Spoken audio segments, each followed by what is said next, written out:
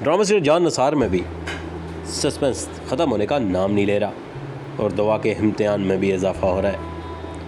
کبھی زنیرہ تو کبھی اس کے گھر والے، کبھی سرفراز، تو اب فرح بھی اس کی زندگی میں آ گئی ہے۔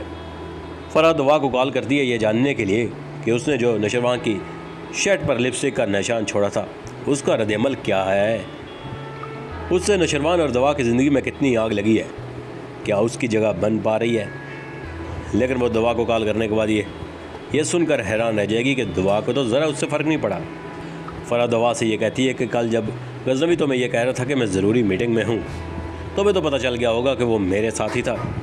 دوا فرح سے کہتی ہے کہ مجھے ان باتوں سے کوئی فرق نہیں پڑتا کیونکہ میں غزنوی کی بیوی ہوں اور مجھے بیوی کا یہ درجہ حاصل ہے، اور آپ کو بھی پتہ ہونا چاہیے کہ آپ کی غزنوی کی زندگی میں کیا حیثیت ہے۔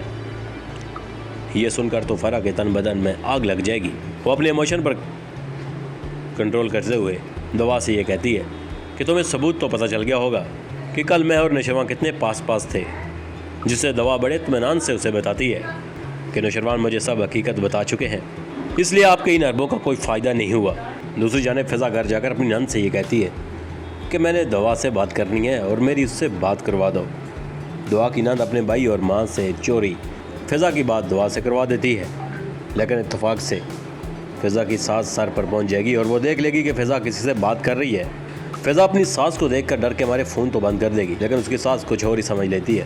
وہ سوچ رہی ہے کہ شاید یہ اپنے کسی چاہنے والے سے بات کر رہی ہے، یعنی کہ اپنے کسی بوائے فرینڈ سے۔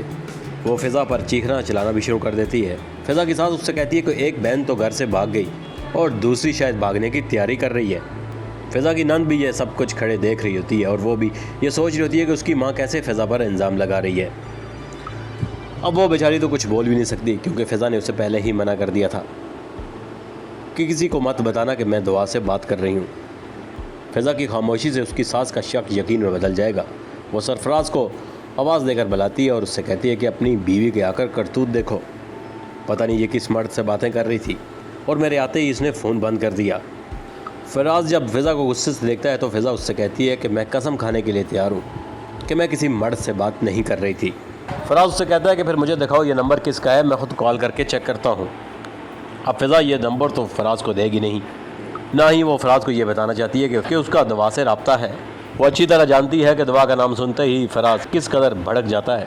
فضا ڈر بھی رہی ہوتی ہے کہ اگر فراز کے ہاتھ دوا کا نمبر لگ گیا تو وہ پتہ نہیں دوا کے ساتھ کس طرح کا سلوک کرے گا، کیونکہ وہ بیچاری یہ نہیں جانتی کہ دوا کے ساتھ جو بھی آج دن تک سلوک ہوا ہے وہ سارا فراز کا ہی کیا دھرا ہے، جس نے اسے اپنی محبت کے جال میں پھنسایا اور یہاں تک پہنچا دیا۔ فرح بھی جب دوا سے بری طرح ذلیل ہوتی ہے تو وہ نوشروان کو کال کرتی ہے، اس سے کہتی ہے کہ تم میری محبت کو کس طرح بھول سکتے ہو، جبکہ کوئی بھی مرد اپنی پہلی محبت کو تو کبھی نہیں بھول سکتا، اور تم نے مجھے بے عزت کر کے آفس سے بھی نکالا۔ نوشروان اسے بھی کہتا ہے کہ اب میری زندگی اور میری محبت پر صرف دوا کا حق ہے، تمہارے لیے یہی بہتر ہے کہ تم اب میری اور دوا کی زندگی سے دور رہو۔ فرح ایموشنل ہو جاتی ہے اور نوشروان سے کہتی ہے کہ تم اس 2 ٹکے کی لڑکی کی خاطر مجھے اپنی زندگی سے نکال رہے ہو، میں جانتی ہوں کہ اس لڑکی کو تم کہاں سے لائے ہو،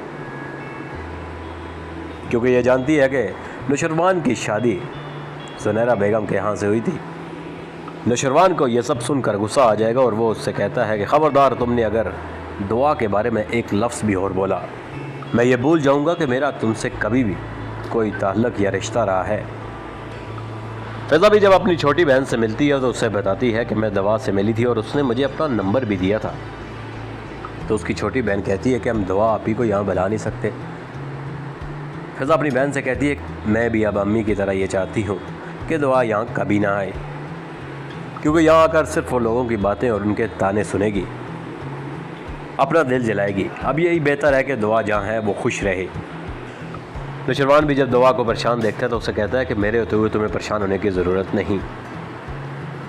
دوا نوشروان سے کہتی ہے کہ پریشان اس بات سے ہوں کہ آئے روز آپ کی زندگی میں ایک نیا دعوے دار آ جاتا ہے، جو فرح اور کشمائلہ جیسی لڑکیاں اٹھ کر دعوے کرتی ہیں تو میں اس پرندے کی طرح خوف زدہ ہو جاتی ہوں جس کا اپنا کوئی ٹھکانہ نہیں ہوتا۔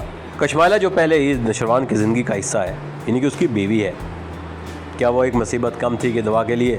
کیا فرح بھی واپس آ گئی ہے؟ نوشروان اور دوا کی زندگی میں کتنے امتحان ہیں باقی، کیا ہوگا اس محبت کا انجام؟ امید کرتے ہیں ہماری یہ ویڈیو آپ کو پسند آئے۔ اگر ویڈیو پسند آئی تو ہمارے چینل کو سبسکرائب، ویڈیو کو لائک اور شیئر ضرور کریے گا۔